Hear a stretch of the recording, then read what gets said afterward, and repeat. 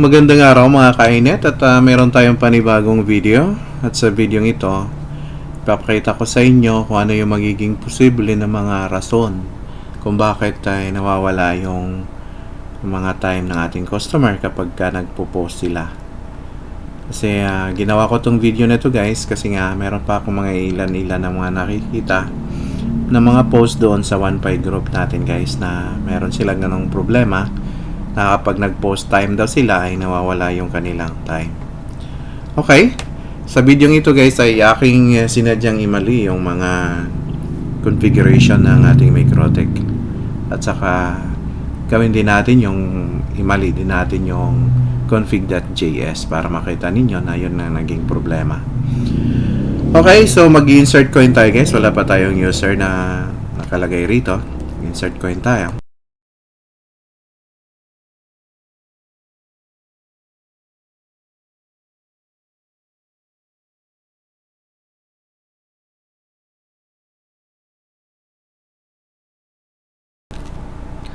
So ayan, makita nyo guys, meron siyang time. Dito sa valid until nakalagay not available. Gawa nga nang wala siyang nagawang data file dito dito sa hotspot data na directory ng ating hotspot. Ngayon kapag ipopost natin to guys, makikita nyo dito na hindi siya makakabalik kapag i-resume natin. Ayan wala na. Manghihingi na naman uli ng hulog. Actually guys, hindi naman siya nawala. Talagang hindi nga lang siya ma-login kaagad ng ating cellphone. Gawa nga nung kailangan ng portal ng information from hotspot data. So makita natin dito guys, andito lang yun ayan andyan pa siya. Hindi naman nawala. Kung alam lang ni customer, pwede niya i-type yun dito. Pero hindi naman lahat ng customer ay talagang kanilang tinatandaan yung kanilang mga user code. Ngayon, magre-reklamo yan sa'yo. So, ang nangyari dito guys, dito yun sa user profile, dito sa on login script.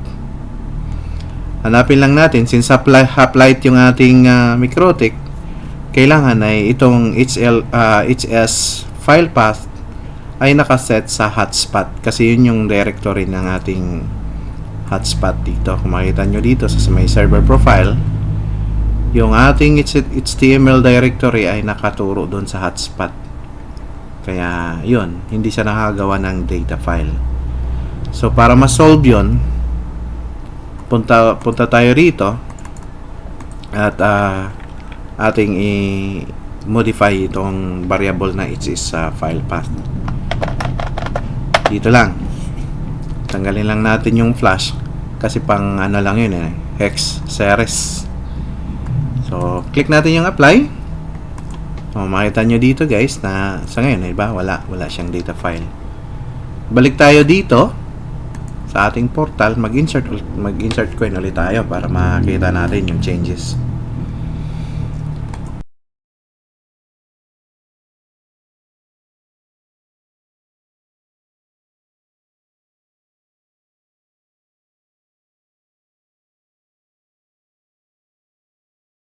Ayan, nakakapag-create na siya guys. Tingnan natin yung valid until natin na meron na siyang laman. Kapag ipopost natin yan siya, tapos i-resume natin, ayan, babalik lang. Kasi nga, mayroon na siyang data file. Okay, proceed ulit tayo sa ibang mali na naman. Okay, dito sa ating portal, kuhanin natin yung saan na ba yung portal ko? Ito yan.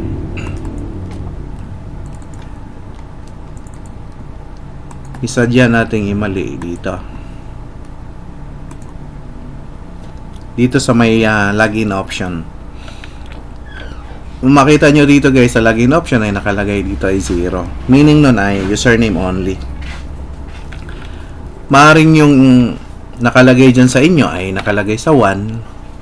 Kaya hindi yun makakabalik kasi nga merong siyang iba yung yung kanyang login option, username at saka password.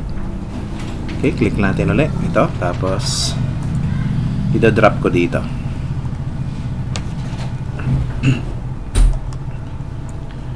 Yan, dinrap ko na siya.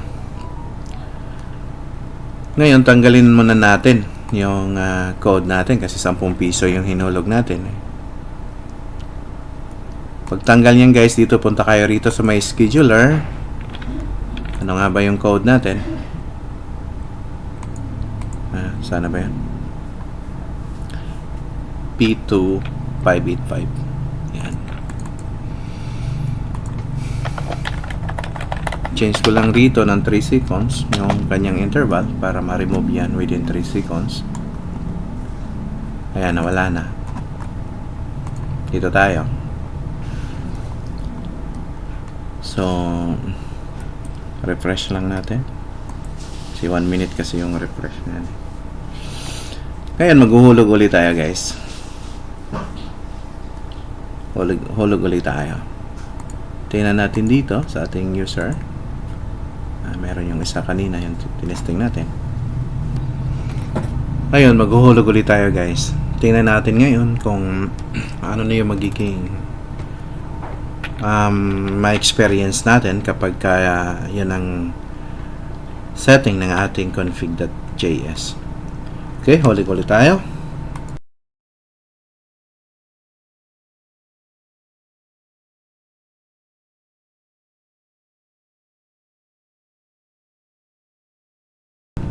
Done paying natin.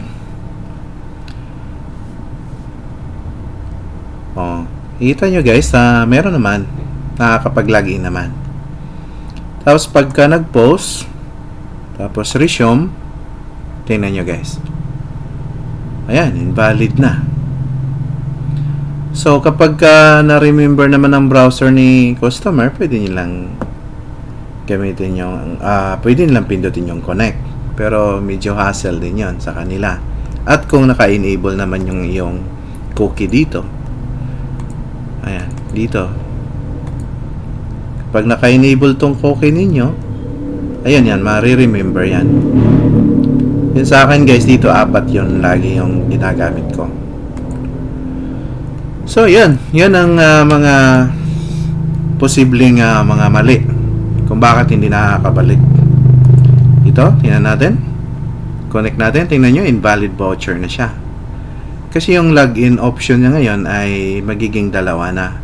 Kailangan ay username and password or equal password. Kahit anong gawin pa diyang